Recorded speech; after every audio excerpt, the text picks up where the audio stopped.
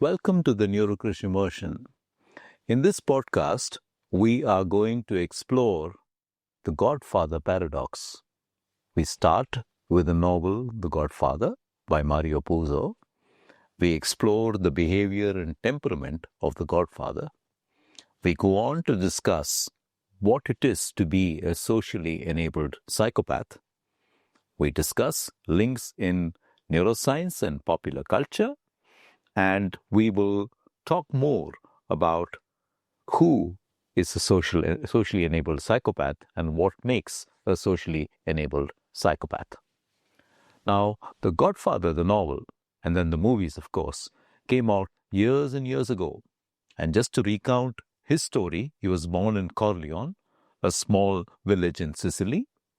He earned his stripes as a young boy, learning to use the Sicilian gun, the Lupara. He spent his early years in New York as a humble immigrant, barely making ends meet. Eventually, his life led him into the grey underbelly of the New York underworld after he shrewdly murdered a local don. And emerging from these violent beginnings, he eventually metamorphosed into the Godfather, and someone who repeatedly in the novel is referred to as a reasonable man. Now, why am I so fascinated by The Godfather?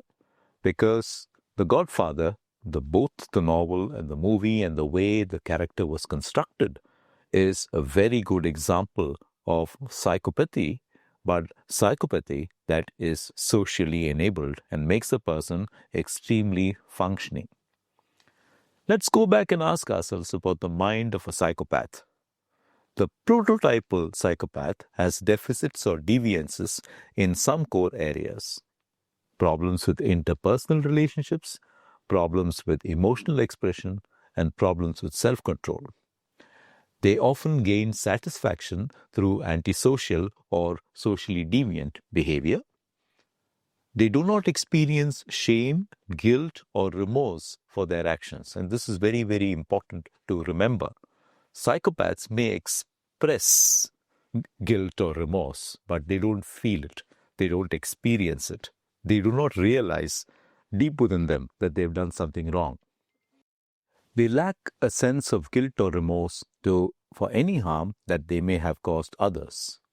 Instead, what they tend to do is rationalize their behavior, blame it on others, or deny it outright.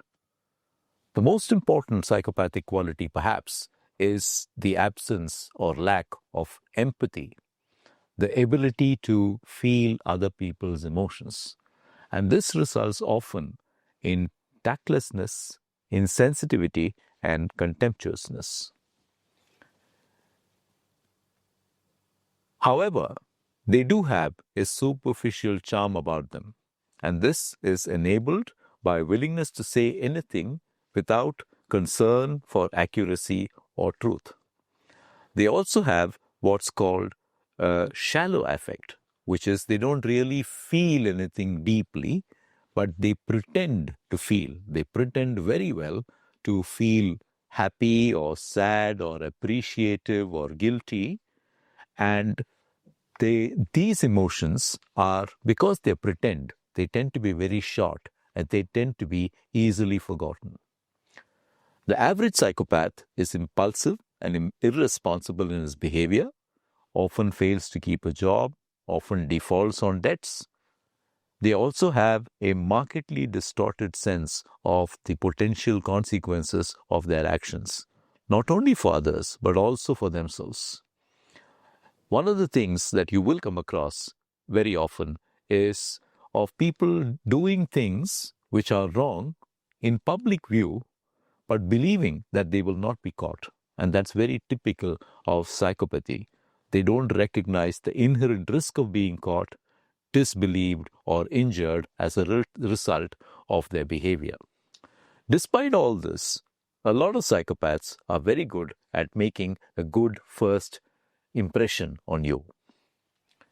Emotionally, the fundamental traits that underlie this personality are this inability to empathize, the inability to feel other people's emotions, the inability to share truly their love, joy, pain, and sorrow in a deep way. And the emotions that this person experiences are distinctly shallow and poorly sustained. It's not that the psychopath does not feel the emotions. He or she feels them so fleetingly and is so transiently carried away by them, perhaps even intensely carried away by them, that these emotions fail to have an impact, a true impact, on how he or she perceives the world and reacts to the emotions of others. In other words, the emotional experience of the psychopath probably has little impact on his emotional learning and development as a human being. They also don't understand right and wrong in conventional ways as accepted by society. They often choose to operate from their own reality framework. They do not necessarily fit within the moral and legal framework that we all accept as a society. And therefore, from Al Pacino to Veerappan, real-life godfathers have been intensely proud men who are not afraid to write their own rule books, who judge right and wrong in their unique ways, who seldom appear to feel and certainly do not express remorse for their actions, however impactful they may be. Yet, what is very interesting is that functional psychopaths may often come across as reasonable men. And this is where we go back to Mario Puzo's Godfather. What is fascinating about Puzo's Godfather is this quality of reasonableness, so important for a leader and so unusual for a psychopath, that continues to come up both in the book and the movie. Vito Corleone is almost statesmanlike in his responses.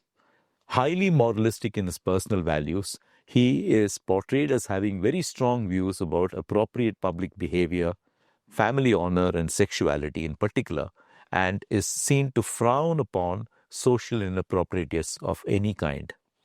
He's particular about language and its usage, and he reserves his strongest rebuke, infamita, to markedly inoffensive situations.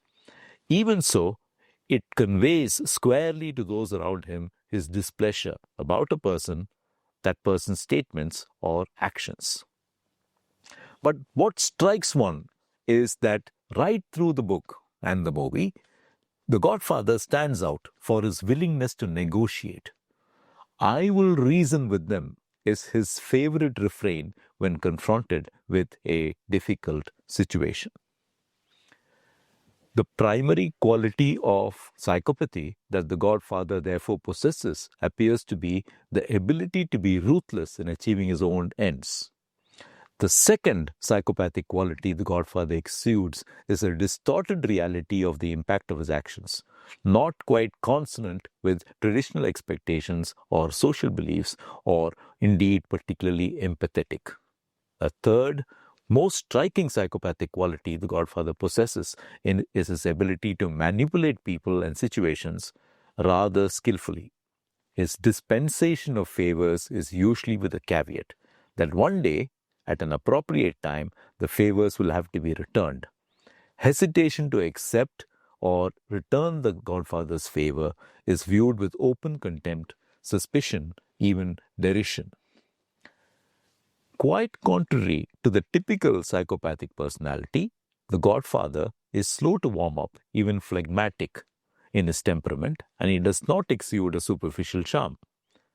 Nor does he lose control over his emotions at any point in time, whatever the provocation. Indeed, he regards the inability to control one's emotions as being an animal quality unbecoming of a sensible human being.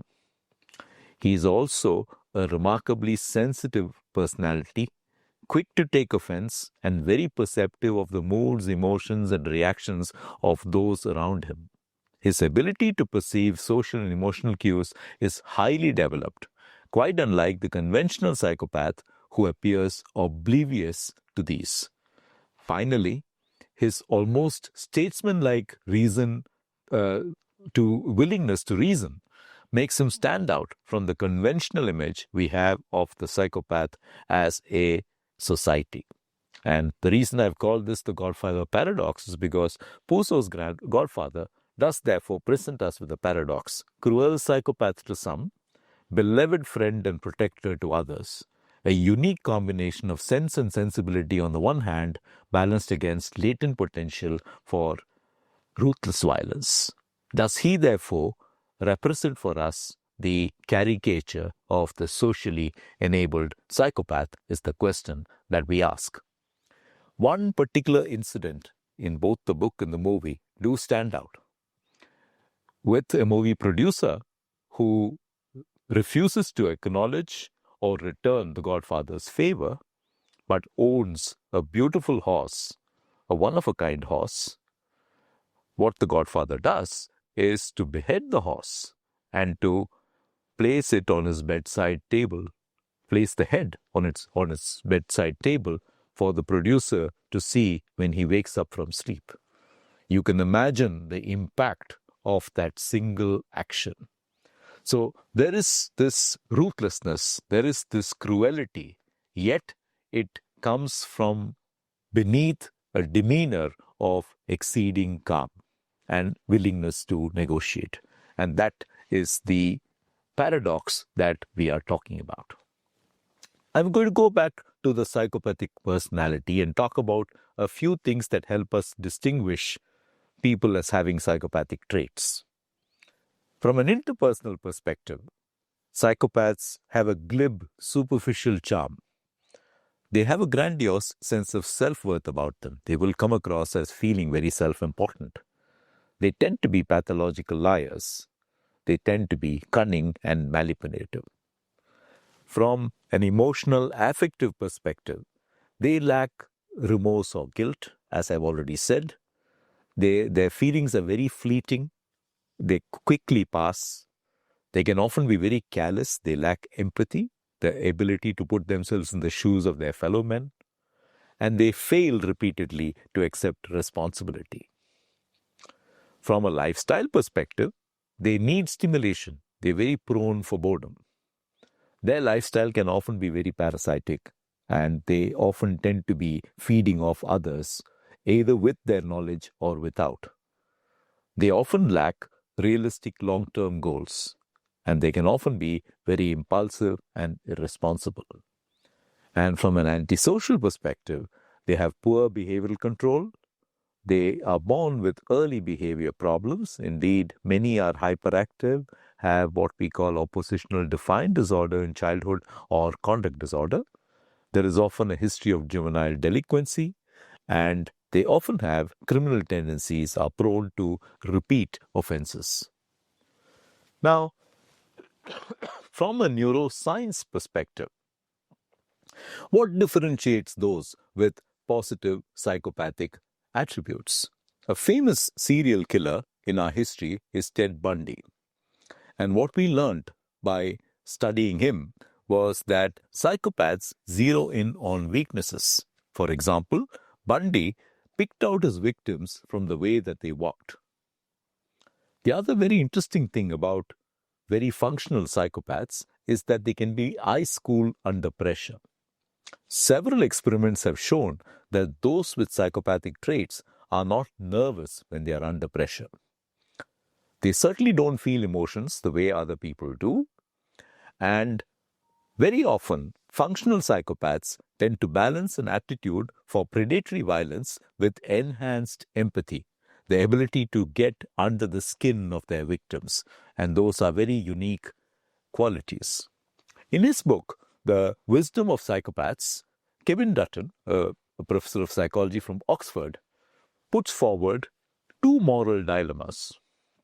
In the first, he says there's a railway trolley that is hurtling down a track.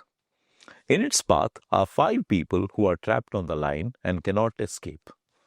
Fortunately, you, the person, are in a position where you can flip a switch that will divert the trolley down the fork in the track and away from those 5 people. But there is a price. There is one person trapped down the fork and the trolley will kill them instead. And the question that's being asked of us is that if we had the lever to pull, would we pull it? would we save the 5 people at the expense of 1 life? That's the first moral dilemma. The second moral dilemma he puts forth is this, that as before, there's a railway trolley that is speeding out of control towards 5 people. But this time, you're standing above on a footbridge, and in front of you is a very large stranger. And the only way to save those 5 people is to push this guy away from the footbridge onto the tracks so that the trolley stops, and therefore those 5 lives are saved. Will you push the guy? Now, these are 2 very, very interesting circumstances. In the first, all you have to do is flip a switch, and 1 person will die and 5 will be saved. In the second, you are an more active participant. What you are doing is pushing someone over from a bridge so that the trolley stops and 5 people are saved. And what he points out, that in the first case where you flip the switch, it is an impersonal moral dilemma. And parts of your brain, the prefrontal cortex, the posterior parietal cortex, and these are activated, and these have been implicated in cold empathy, in reasoning, and in rational thought. But the second is a much more personal moral dilemma, because you're actively participating in killing someone in order to save 5 lives. And when this dilemma is presented to the psychopath, and the brains are studied in functional imaging, the very interesting finding is that there is, while for most of us, the brains light up when you're put in front of such a situation and you're trying to solve the problem, many parts of your brain involved in emotion, involved in decision making light up. In the psychopath, it's as if nothing happened. There is radio silence. And this is that whole quality of being ice cool under pressure that the functionally enabled psychopath or the socially enabled psychopath is able to possess in great measure. Very interestingly, studies have shown that business leaders and criminals are very similar to each other in the way that their brains process information. Borden Fritzen compared business managers and psychiatric patients with hospitalized criminals. Superficial charm, egocentricity, persuasiveness, lack of empathy, independence, and focus were all greater in the business leader. In the criminals, law-breaking, impulsivity, and physical aggression were the dials that were cranked up. But what they found was that both groups occupied a neuropsychological continuum. Indeed, from a biological perspective, it was as if it was the flip of a dice. You could become this very socially enabled psychopathic business leader, or indeed become this criminal who repeatedly offends and ends up in jail. And very little differentiated. The line was extremely thin. In the book, Dutton goes on to describe what he calls Arctic neurology.